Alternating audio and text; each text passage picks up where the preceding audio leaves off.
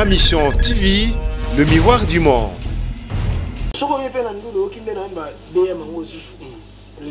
Après une année, il a sorti l'album.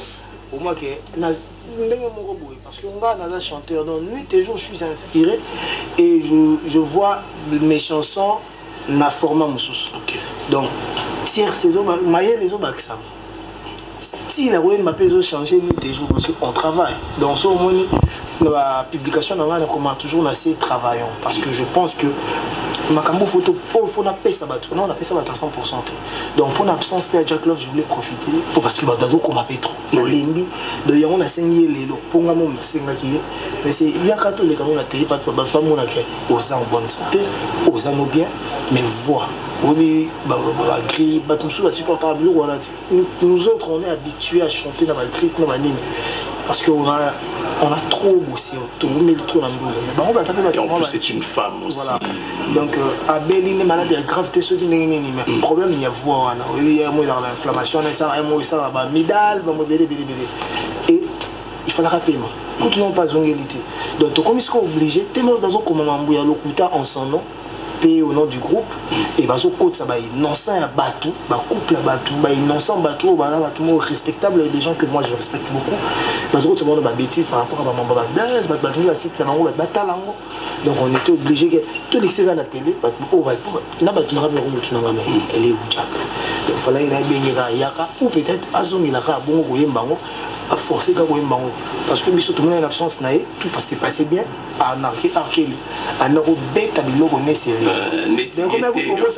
comment kubosa lisanga kutuye on nage moi moi spila mama biso biso to utaba wenge bo azelana Miroata je le dis pas parce que tu as quand même cité mon nom Nzembo très belle chanson. Pourquoi le problème de la promotion? Vous avez eu un problème avec Trésor pour tout?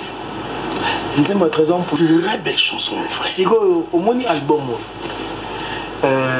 tous en d'ailleurs na kozonga surtout après un mois ou 2 mois pour ça na lo parce que tant dans ça l'album nanga na préparé l'album pendant plus de 6 ans donc on est au préparant bande na la maison mère si on a ça la boule ni au monde qui va trouver ça la pamo au monsieur album tout mais ça dans le bosso vient sur Rambo au monsieur album au monsieur va clip tout matraqué na télé donc télé yo na yo ba yo kanzembo mais on va na boule que album de lancer générique, tout lancer Nzembo Rumba, Morobo ezala éclairé album, tout lancer BM. Pour moi qui va comment ça là, on va lancer dans Nzembo Morobo va OK moi et si vous va lancer album. Mais tu as un bon album, mais pourquoi tu nous proposes encore aujourd'hui un générique encore? Tu générique on appelle Zara et retirada. Oh il y a ça. Ouais ça on les appelle pas retirada mais quand retirada sorti, espace na ba ni ba iTunes exécuté. Il fallait qu'il attendre. Et il faut les dire, tout générique, il y avait trop de critiques. Il fallait que bon, ça moi touche moi ok. Tu vois oh, tu bêta déjà tout modifié, de tout lancer. Et ça quand on a retiré et c'est le wasikaté au single maintenant. On appelle ça les bêta les choses qui voilà. Ça me rappelle de fois Karine Mokonzi, la baronne Sogi et les autres bêta là quand ça maman Karine. Les papouches. Les éternel là voilà, côté Azali, on était bien à bon marché côté Azali. Il y a eu au local mais il va vendre donc voilà. Oh madame au local. Il va local non mais elle travaille avec nous ici. Si dimanche elle est là. Voilà. Donc je te salue. C'est une battante, c'est quelqu'un qui apporte beaucoup. Donc on comprend que Banzembo on a ça à formule. Tout mis album, Banzembo. Na on peut ça va tant sur un mois ba qui BM. Un mois ba qui Nzembo ya Marlène des rêves, ya Marlène Tessa, Dieu merci beaucoup. Après un mois ba qui donc dès toi lobby le vent, tout mis ça qui clip ya voilà maman na sala boye Nicole ya motema. Parce que m'a bimi donc si tu comme au début novembre tu mis ça sur clip sous. Tu mis ça cure là. Laisse-moi te dire affection tant clip bimi au kangi bato. Comme tu es aussi un artiste aimé par les femmes aujourd'hui, il faut citer parmi les artistes parce que je sais pourquoi je le dis. Parce que l'affection est kangi. Tu réalises le clip vidéo sans tes artistes musiciens. Le problème était que le clip est aussi à la mawapi. Tout le monde a besoin de la qualité, mon robot. Est-ce que le réalisateur est bazawati? Baza libanda. pour tout ça rappeler na ba net bazana banzemo ba roi Salomon bazali net ntimo mbokani il fallait bazal mais tout ça là on a Paris si vous on a nous bazu visa te c'est là qui te visa OK si vous c'est un visa dans maison Schengen pour muta ko ça clip problème pas moi mais c'est OK donc nous toujours souffrir dans ma ramener soir mais Dieu fait grâce toujours bunda bon moi aussi là espérons que ma visa en autre ma visa va lancer je pour poser comme ma visa comme ça va une année comme ça 3 ans il y a déjà qu'avant d'avoir la visa moi à 3 ans et empêcher à qui non donc il y a poto donc on a 4 ans donc Nzambe a bien la biso et je voulais aussi annoncer que tu as bandé connexion à Afrique du Sud Afrique du Sud basé la biso semaine tozoya la team moi tes en mboka na bango donc je crois jeudi déjà tu vas atterrir comme j'ai une soirée c'est une annoncé Olympia moi je suis très heureux que yo beta Olympia l'essentiel est que yo des choses très heureux donc voilà ceux qui sont très heureux donc il y avait beaucoup des heureux aussi mais il y avait beaucoup d'heureux pardon donc annoncé on a si quoi tout ça pour souffrir na ile moko dis-moi nazo que ça la showcase moko na Afrique du Sud donc il va show mon Afrique du Sud si j'annonce pas soirée va boriande ceux qui n'annoncent pas bande ko na ba massa na ba pire ba ya yamba na aéroport comment c'est ça maintenant le problème ba mettre Gims pas tout ya ba Congo ba annonce quitte musique ba annonce la carte ata Michael Jackson tu rayi vivant ngaya ata Chris Brown pour ya Congo faut annoncer sera annoncé té nanya roya je veux mettre une image mais avant peut-être de mettre aujourd'hui leader d'une nouvelle génération montante. Quel est ton apport face à ce problème de combattants? Également, notre problème, musique n'a pas été les à la chaos. Musique à la chaos, c'est un des gars qui va tout travailler. Tu perds de place, tu remets troisième. Oui, parce que économiquement aussi, on n'est pas fort, le Congo. Le Congo, économiquement, on n'est pas fort. Tu peux pas comparer l'économie nigériane avec l'économie congolaise. Donc, du coup, le coût d'achat des Nigérians ou des Ivoiriens ou des Sud-Africains, c'est pas pareil avec notre coût d'achat. Donc, basant la facilité aux un salaire, il y a bien, fait qu'on somme ma disque facilement. Mais ce on a la ration ma disque comme ma charge. Donc, du coup, économiquement, le Nigérian est au top. Si bon, les Nigériens vont la musique, qui les met ici au Congo? Ministère, il y a culture et art. On va contribuer à la carrière au contraire on va foutre à ministère donc on comprendre que bango baza aider faut que vous ça David fils de multimillionnaire milliardaire donc bon au moins imagine que va jouer $1 million tiango na moto héritier juste pour la musique David autant que ça clip to Wizkid ça clip il y a combien héritier de ça là il y a combien au moins on aura la bataille, on aura la qualité. Mais est-ce qu'ils en disent Wizkid te chante avec Drake. Congolais n'y a pas de Drake. Congolais pour un banana américain, il faut américain il y a seconde zone. Donc pour comprendre les Américains, moi qui t'aime pas si là toi ça nous peut non mais ne me dis pas s'il vous plaît. Les États-Unis, il y a Drake, il y a Nicki Minaj, il y a Rihanna, Beyoncé, Kanye West. Est-ce qu'on n'a pas besoin d'une nostalgie aussi? Voilà ce que tu as nostalgique. On va vivre les temps présents. Différence il y a moi. Vous comprenez? Parce que aujourd'hui, vous avez un moyen et vous allez bien. Et les un peu congolais, ils ont aussi la maramine, ils ont bien car ils ont fierté à Congo. Je ne juge pas, je ne critique pas, je ne suis pas aussi dans la polémique. Moi, je veux juste dire ce que moi je crois. C'est une être vrai. Et voilà. Et tous ont la même capacité à ça la tous ont la même moyen et le moyen comme le moyen nous fait défaut comprend que tout ça n'a pas pour ça donc voilà. Alors Héritier Watanabe, le dimanche je te croyais à la maison mais tu te retrouvais dans une boîte de nuit, le club où Papa Chéri se produit tout le dimanche. Pratiquement c'est un concert, une production dominicale qui a apporté un joli featuring ce jour-là. Voici en image. Héritier en featuring Papa Chéri en version live. S'il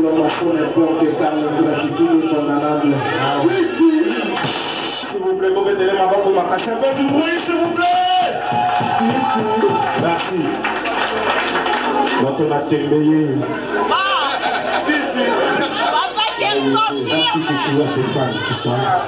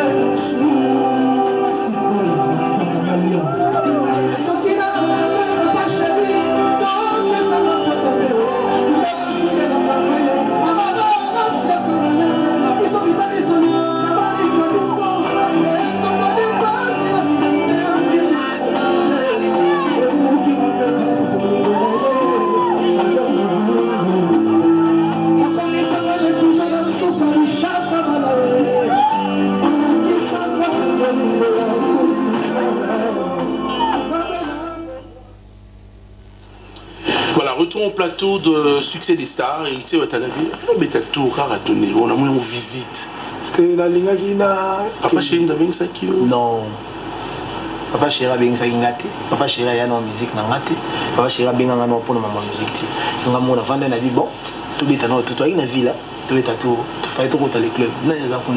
Papa Chéri me tombe à nous. Oh, nous, ah, c'est bon, tout mes côtés, la peine en vie. Ayoka tierce ya petit naï. Donc voilà. Et il fallait ayoka nga susu. Ayoka nga ya musika na vie ayoka nga na ya pembeni bo. Sinon ta image pour ça rouler. Na mon nga te ay au sentir que vient ibindule. Oui so ça le lora bien. Oui tout ça va te Real Madrid. Mais ce qui Iniesta so beta au CP. Ndemo ba tumso ba Barça so ba Modric ba beta ba au CP. Donc moi je me trouve ça le lora bien. Ça va bien. Ce papa chéri ta on a oyemba. Au moins 5 mois là, et l'équipe a l'air de comment le boss reçoit maintenant l'argent qui vient d'être? Papa Chéri est plus boss que moi, de loin même. Papa Chéri est multimillionnaire. Non, non, il y a un marambo. Il y a 100 000, il y a 10 000. Tant qu'on a 1000, il y a 100 000. Tant qu'on a 100 000, il y a 1 million. Il y a l'acceptation de l'autre, une victoire sur soi-même. Il faut comprendre que il faut nous tailler au hasard. Ce qui est au hasard, au salati. Tout ça, niveau monté dans Papa Chéri. Papa Chéri, on a ça, stade. Papa Chéri, on a un sponsor. On a un Miloukana. Donc voilà. Et Papa Chéri, bon, lingua là qui c'est qu'on a. On a mon qui dans le parce que quand on a zone dans le français, il y a un film, vidéo, il y a un publié. La côte natale. Donc, on a un vieux et c'est moi. On va chercher la prêtre. On a un qui n'a pas primaire, il y a déjà beaucoup. Il a déjà souverain, il a déjà pris souverain premier. Donc, mais comment il m'a dit que tu as déjà. Beaucoup de musique comme ça, tout ça la musique. Et ça la musique tu yoka bon bon ça là. Tu yoka tellement trop. Après tu peux tout ça là. na format la biso mais moi touche na bango les autres. Je sais que tu es malade mais fallait quand même moi Bernata moi Ndimi Nino tout en noir tout DDD mais pourquoi DDD na CD et katana la 4-4 parce que vous comprenez que na niveau CD les 80 minutes donc il y a un moment bakata bongo. Pourquoi une meilleure chanson comme ça bakata bongo ils avaient fait exprès donc et puis bakata en place en plus la personne que naïm bazapé congolaise à biso AT azara congolaise à Brazza et gabonaise donc du coup bon bah vous dites mon format peut dire mon milai ba on bon mais ça va dire 3 minutes 4 minutes il fallait qu'on soit 5 minutes pour comprendre quelque chose donc voilà dans ce sens là on a écrit à danger trop une mandé mon DDD tout en noir parce qu'on a tout en noir Bengi Triple H quelle inspiration Ataba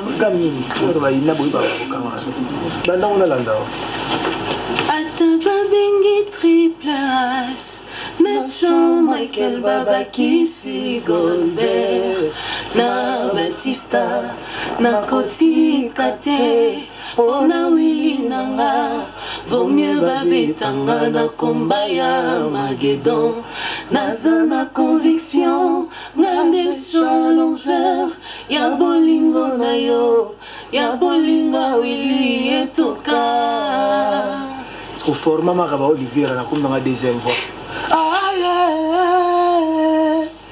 mon tête oh nalipate ya l'amour ezalaki ya Willy nasina melaki pema na bokokanga bwe tango etoka pesi ngai lipate esili Gracien Tsakala papi ambassadeur Moïse Nzamba tindaki abeta nzete na libanga une fois Mosa betaki deux fois Moïse abayaki kotosa maloba nzambe me nzamba limbisa Moïse etoka limbisanga na oyo nasalaki yo Willy vous comprenez que voilà Isa un mot nangaki voilà donc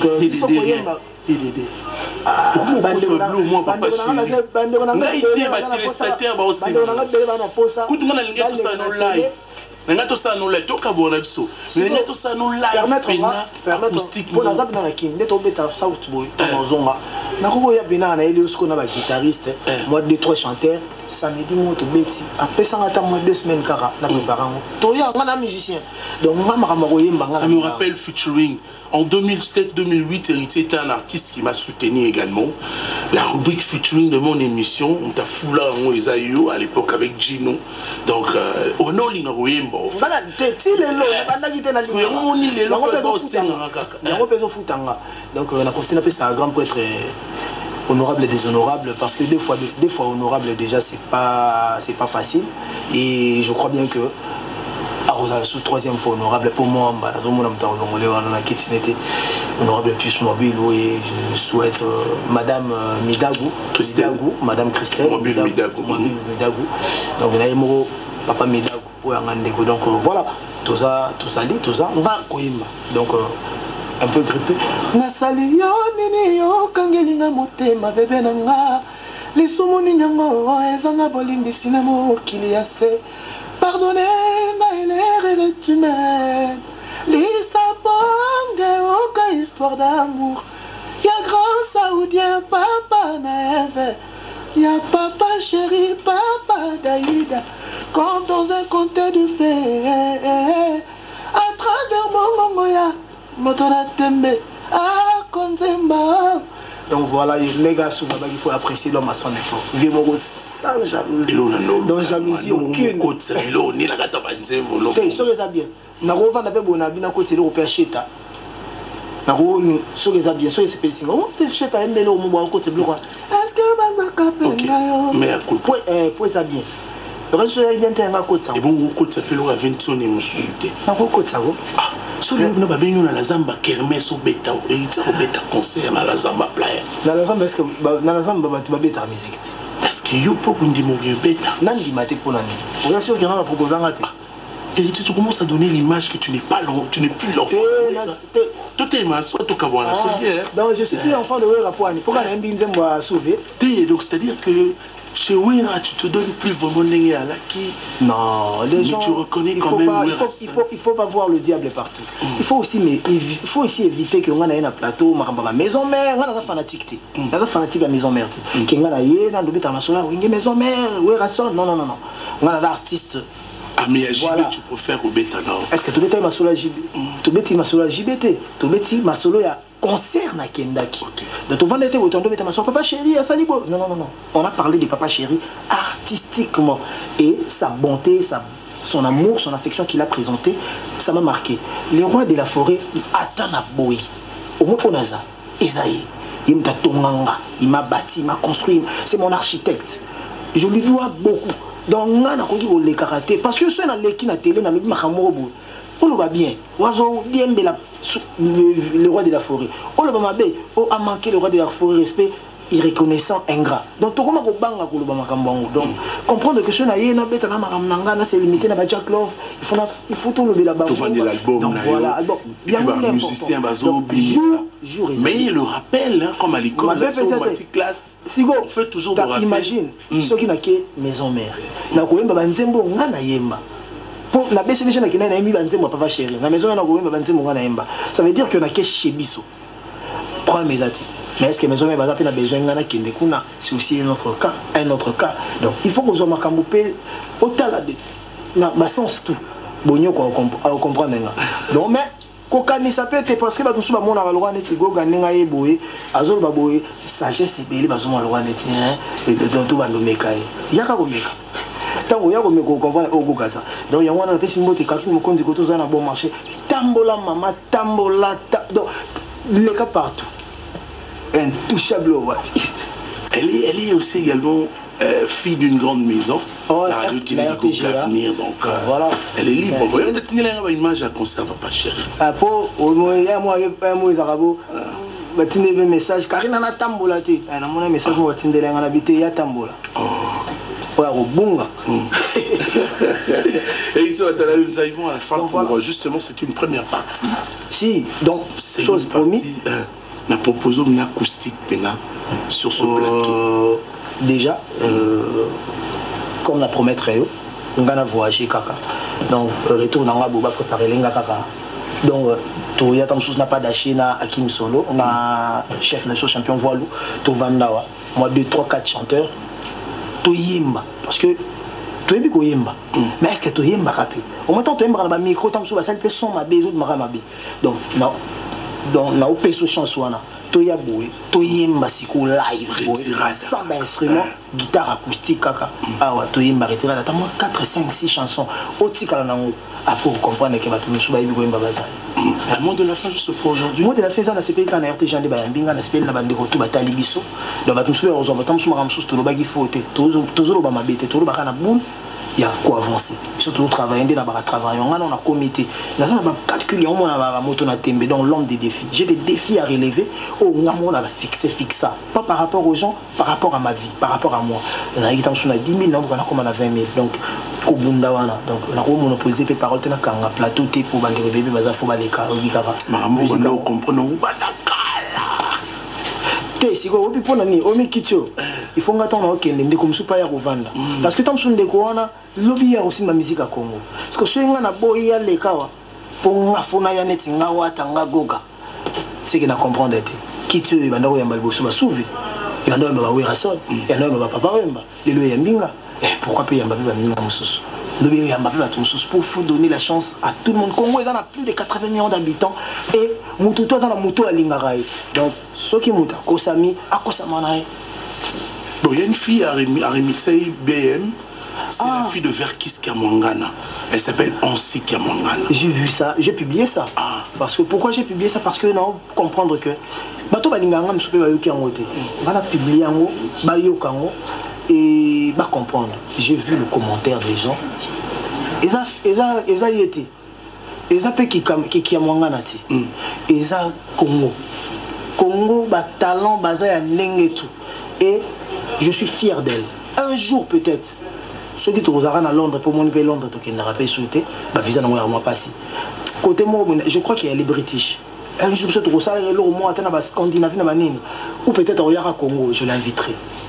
pour nenga yemba ki BM wana on comprendre que BM va former belé donc pour nanga moi à corriger BM corriger BM ça sort de sa bouche, c'est une façon de se séparer brusquement également. Il y a un qui la pays Jack Love ba bete pas acoustique bon yemba non pe BM total parce que vous comparez Jack Love il a comparé ba yemba bon la comparaison n'est pas raison on sait déjà ça les logos biso to CPL bon dans sous Jack Love on savait to CPL mais le fait que on s'y a salé en bien Jack peut faire quoi ça là autant sous Jack Love bon à cause africain on a ta cause attend sous DDD pas corriger la bilo to ça là ce qui pas corriger et pousser na lukana ça la sous collègue. Merci de venir. Un pays pétri de talents, donc on est obligé de se soutenir, mais dans le respect. Parce que c'est le roi n'a respect. Tu as pratiquement changé, vraiment. Cassette. Ils appellent piège. Moutamboué, fouillé. Fils et Philly, Francis Dibaya, Karim Mokonzi. Je vous salue. Eric Fourili et Donald Trump. Naboussane était président Daniel Massaro, Changaloum et le King. Donc, il y a Bissomoro, celle congolaise n'a changé un bon côté, pas changé. Alzan numéro changé. Celle congolaise n'a mon billet $50, $29 na 5 T. Tête n'a pas beaucoup banque. Il va bien mon réserve à 100. Par contre, il va bien bien me sous pour. Bon, on va la poche. Ils ont vu, mais ça va poche. Il m'a appelé, il a tout ça, mais bon. On dit maraté. On dit maraté. Mais il faut y avoir je regarde de loin. Celle qu'on a à la public, on a vendu à la public, 400, 300, la public. Non, on a monté la musique. Donc, tête Tendai m'a beaucoup banque. On est on a diable. T'es chez on a pointe. Famille Tendai Mobimba, junior capitaine en or. Donc voilà, Badibamba capitaine. Et pour clore, son éminence maître Tété. Et son éminence maître Kazi. Et péché mignon, le seul vie qui me reste. On a Kolonga. Donc, et là où se repose ma confiance. Maître Tété Kaboué, le seul fantôme qui sourit. Bon, je te dis au revoir, parce que nous également à Kassavou, on a un deuil. Donc, on peut s'en aller. Ah, Tchoudamambo n'est plus sacrifié dans ce corps du Malais. On a un concert, on a un golf. En plus, on a un bandakala, on a un Éthiopie, on a un bureau d'échange, on a un 20 carburant. Non, c'est la barbe qui est corps et bimi. Les corps et bimi. Enterrement lobby. Merci beaucoup, Iti Watana. On se quitte brusquement. C'est le titre aussi brusquement que nous proposons.